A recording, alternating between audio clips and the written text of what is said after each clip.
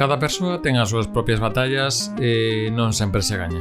Eu recoñezo a miña batalla perdida en canto do formato vertical que ven imposto polos teléfonos móviles actuais. Así que imos ceder niso tamén neste micropodcast.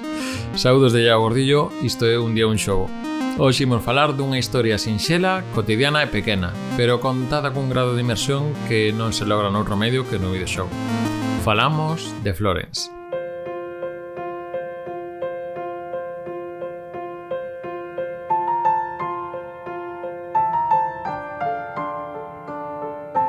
Florence Yeo é unha rapaza de 25 anos que vive nunha rutina gris entre o traballo e a atención ás redes sociais e que cambia a súa vida cando coñece a Chris, un violonchelista que tocaba na rúa.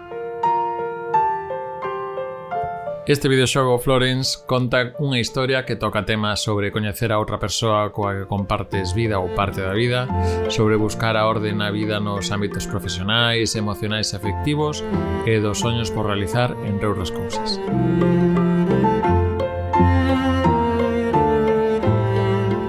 O interesante é como conta isto, como cho fai sentir. Todo isto baixo unha estética de banda deseñada con predominancia de cores pastel e que nos conta esta historia fixándose nos pequenos detalles. No rutinario de estar facendo likes e retweets por redes sociais mentras imos no bus ao traballo, facendo contas monótonas no propio traballo, ordenando e facendo sitio para unha mudanza para outra persoa no noso cuarto de baño de persoa solteira.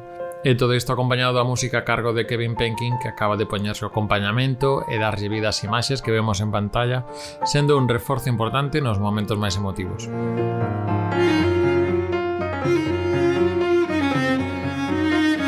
A nivel xogable, isto tradúcese en pequenos crebacabezas e minixogos nas que resolveremos estas pequenas rutinas, pero que a súa vez transmiten, pola súa dificultade ou entretemento, un estado que vai acorde co que sente a personaxe protagonista, Florence.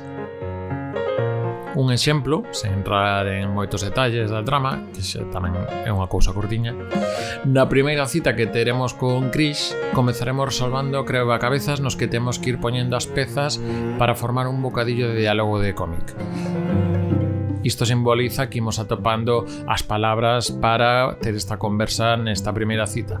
O maravilloso é que, a medida que imos avanzando, os crebacabezas desta parte son máis sinxelos de resolver, cada vez con menos pezas para xuntar, cousa que nos transmite tamén que a cita cada vez é máis fluida, que conxeniamos, que conversamos máis sen pensar. En este pequeno exemplo é a filosofía que se aplica a todo o que temos que facer no xogo, que nos levará menos dunha hora en rematar e que, canto menos conte, mellor, pero esa empatía mediante a maneira de xogar é fascinante e funciona moi ben.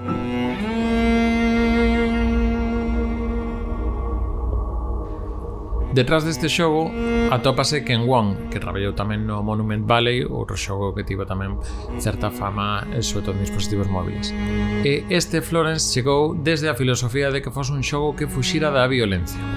Curiosamente, esta mensaxe choca con fases do proceso de desenvolvemento do xogo onde Wong foi acusado de abusar verbalmente de membros do estudio, cousa que levou a unha revisión incluso das políticas da empresa para evitar este tipo de situacións e que tamén se descubriu que non era unha práctica illada neste estudio, tristemente, senón que, por exemplo, acontecía noutros estudios da Annapurna, que foi a que publicou este xogo.